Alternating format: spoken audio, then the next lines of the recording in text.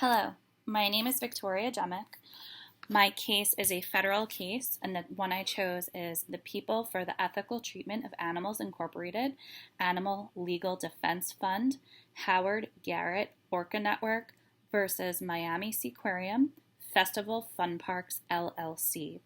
This is for St. Petersburg College, course number ATE 3515, Legal and Ethical Issues in Veterinary Technology, with instructor Taft.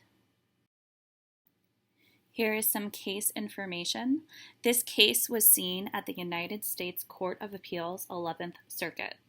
The primary citation number for this case is 879 F3D 1142 at the 11th Circuit in 2018.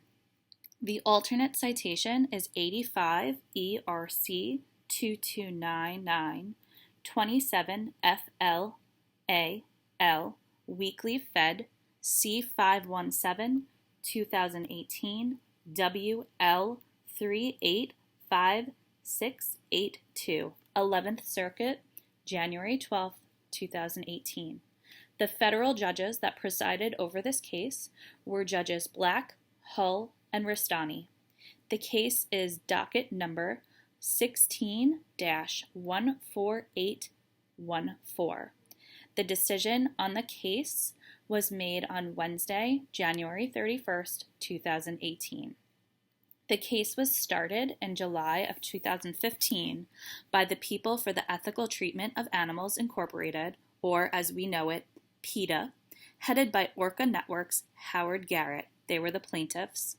They claimed that Miami Seaquarium, which is run by Festival Fun Parks LLC, who were the defendants, were violating the Endangered Species Act, or ESA, by holding an orca in their park.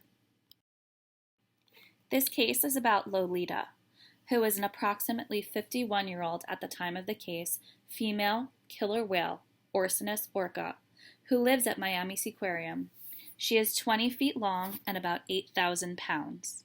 She was captured from the wild near Puget Sound when she was about 3 to 6 years old and has been living in managed care since then, which is about for 48 years.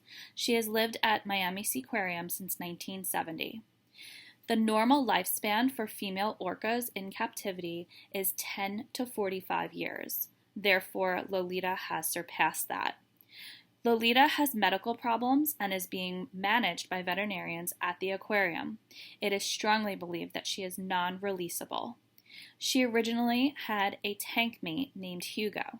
He died from a brain aneurysm in 1980, and she has been the only orca in the tank ever since his death. She lives right now with Pacific white-sided dolphins, or PWSD. Their tank is 80 feet by 60 feet by 20 feet deep. This actually meets the United States Department of Agriculture, or USDA's, standards. Here are some facts about Miami Seaquarium, some of them specifically pertaining to Lolita's enclosure. Firstly, the aquarium is located in Miami-Dade County, Florida, on the island of Virginia Key in Biscayne Bay. The aquarium itself is 38 acres, and it was founded in 1955, making it one of the oldest aquariums in the United States. There are only 3 other parks in the U.S. that house orcas. They are SeaWorld Orlando, San Diego, and San Antonio. In the 1990s, the Seaquarium tried to build her a bigger enclosure. However, the Key of Biscayne kept denying the motion to do so.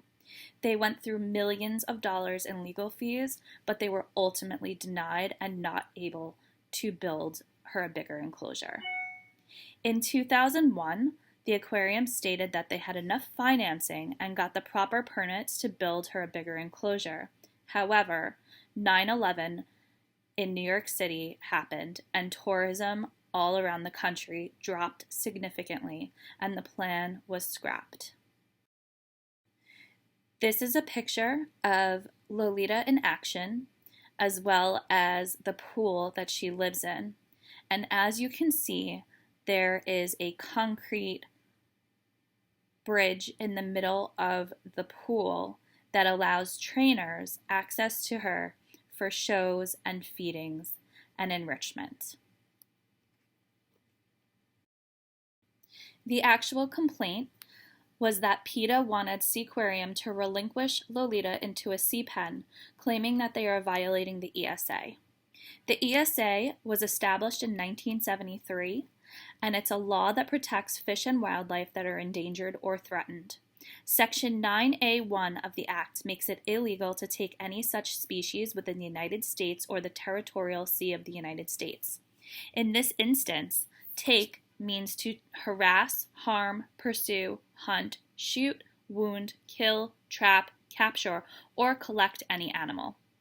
PETA says that there are 13 different injuries to Lolita due to her captivity and how her enclosure is. The case was judged that although PETA had some standing to violation of the ESA, they ruled in favor of Seaquarium, and PETA appealed. These are the injuries according to PETA. Lolita has psychological and physical injuries because the whale cannot swim and dive normally because of her tank size. Stress because she is without another orca. Rake marks, which are scratches from teeth, from the dolphins that she lives with. Stress from the dolphin's aggressiveness and inappropriate sexual behavior. Ocular disease from sun exposure, which she receives drops twice daily for. Skin damage, such as blisters and wrinkles from the sun. She was also treated with a plethora of medications that are not normally used on wild orca. She had overall unhealthiness because she has a mild kidney disease, a history of respiratory infections, and a potential recurring lung disease. She also exhibits abnormal behaviors for an orca, such as floating, lying motionless near the inflow valve, pattern swimming, and some other things not mentioned. She also has wear down in some of her teeth, and she's also had a tooth that has had many root canals. Her captive conditions are likely going to diminish her lifespan. We saw that she actually has exceeded the lifespan of a captive orca. The verdict. So the court found that none of the 13 injuries that PETA had claimed Lolita had were bad enough to cause serious harm or death. Therefore, it did not violate the ESA, and the case was dismissed. This is my interpretation of the case. So working in the aquarium industry, I do feel that my opinion is quite biased. While I do not agree with the confinement of such a large animal in such a small enclosure, I do know that, or I do think that Lolita would not survive on her own in the wild. While I do not believe in animals for entertainment, I do feel that when animals perform their own natural behavior and are properly cared for, that this is different. I do work at an aquarium in New York, and we do have sea lion shows. And if our sea lions do not want to come out and participate in the show on whatever specific time and day it is, we do not force them. They still get fed the appropriate amount of food, and they just hang out in the back, and people just don't see them for that day. So I do feel that this type of natural behavior and letting the animals choose what they want to do is fine. I'm honestly not certain what Lolita's situation is.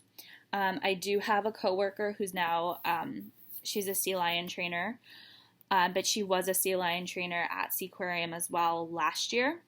And I asked her about Lolita, and she said that she had the absolute best veterinary and husbandry care. Her caretakers, so her trainers and her vet staff and the rest of the animal care staff, love her so much and really go above and beyond for her. I do wish that Lolita had a larger enclosure. However, this doesn't seem to be possible for whatever reason, unfortunately. Also, another option would be transferring her to another park like one of the SeaWorlds, but is virtually impossible as it would cause her great stress both physically and mentally. She would probably need to be helicoptered there, and she's such a massive animal. I don't think that the outcome would be good to try to do that. As I mentioned before, one of PETA's claims is that her captivity would reduce her lifespan. However, she's already surpassed that. I do agree with the motion to dismiss this case, as I feel that there are no other options for Lolita, and I don't think that Seaquarium has violated the ESA. They do have other cetaceans, those Pacific white-sided dolphins, in there with her to try and keep her company, and obviously getting another orca in there would decrease the space even more, so I don't think that that's a good option either. Also, the ESA was established after Lolita had gotten to Seaquarium. Here is a list of my references. Thank you all so much for listening to my presentation.